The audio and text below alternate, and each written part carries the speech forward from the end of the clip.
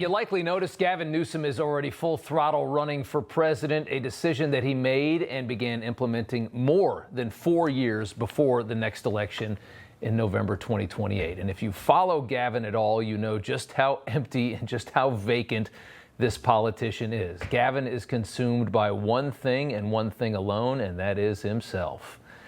And when he sits in his room at night, gazing into his own eyes and brushing his hair, Gavin dreams of one thing: winning the ultimate popularity contest, and that would be the presidency. Recently, Newsom is injecting himself into every national political issue to try and get this done. The Texas redistricting controversy was the most recent, threatening to squeeze out even more gerrymandering out of California to get even with Texas. A great excuse to get more attention, show off his hair, and a very obvious campaign ad. Wake up, America. Wake up to what Donald Trump is doing.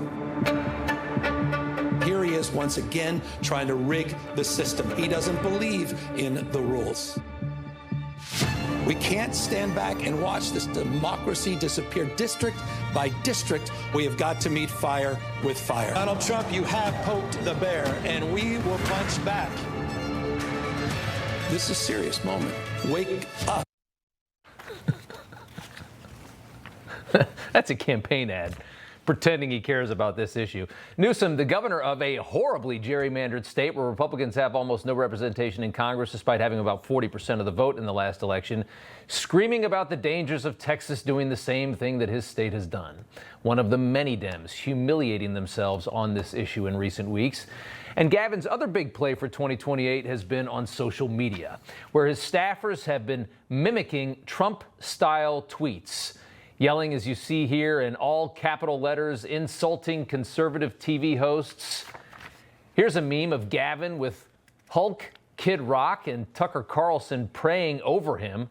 So nice from the press office. And we will admit that Gavin's team, whoever dreamed this up, actually did manage to strike some gold, because it is a little bit funny. Some of them are clever.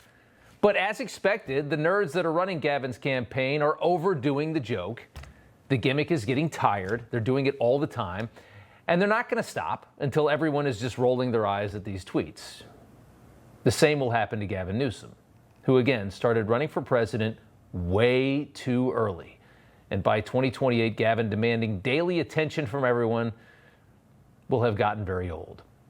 Over at Morning Joe, the show that controls so much of the Democrat Party, this whole manufactured fever for Newsom is already tired. Take a listen to this. Gavin Newsom, he wants to own Donald Trump. He wants to be Donald Trump light. You can't be Donald Trump light. Hey, Gavin, talk into the camera and talk about making life more affordable, not only for people in California, but if you want to talk about people in New Hampshire, our people in Iowa, our people in South Carolina, they would like to know how their lives can be more affordable, not how you can own Donald Trump. Donald Trump is not running again. Well, Joe, you're demanding things that Gavin Newsom cannot do. Objectively, Gavin Newsom is a terrible leader. He has caved to the absolute worst ideas and philosophies from the most radical part of his party, the California Democrats. California is filthy dirty. It has horrible schools. It is dangerous, lawless. Businesses are fleeing, big businesses. The state is still recovering from the humiliation of a botched $100 billion high-speed rail project.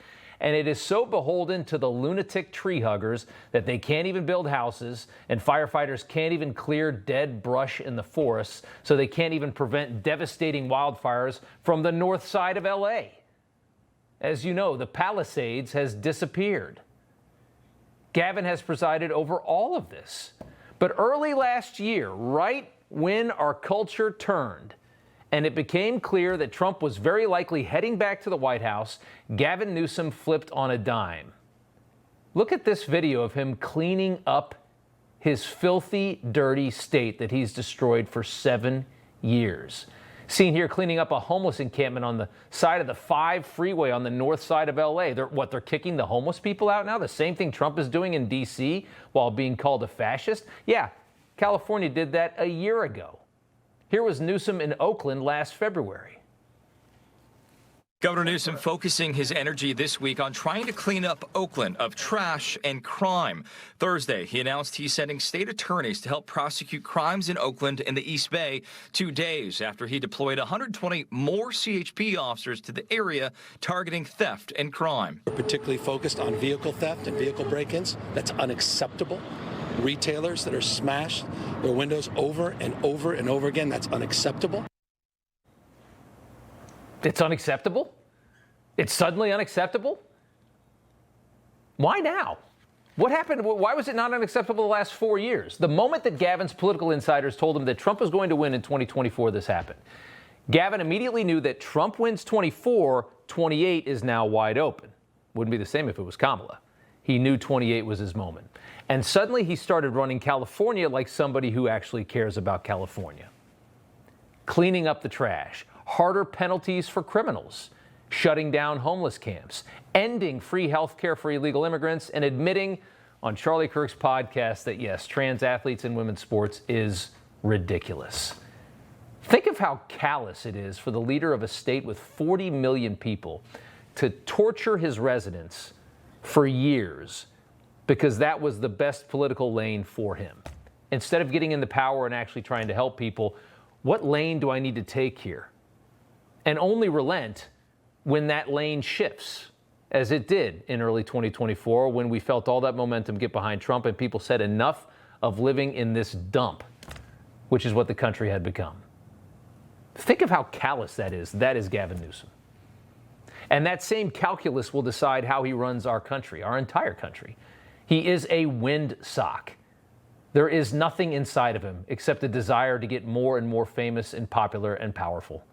And if in 2028 our culture sucks the way it did after George Floyd, this man will run for the presidency, win, and destroy the country purely to help him get reelected in 2032 because he doesn't care about anything, except his next political job.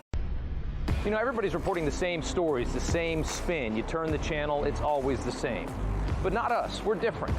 We report the real news. No spin, just the facts. Turn to us, and you won't turn back. Tune in to Rob Schmitt tonight on Newsmax.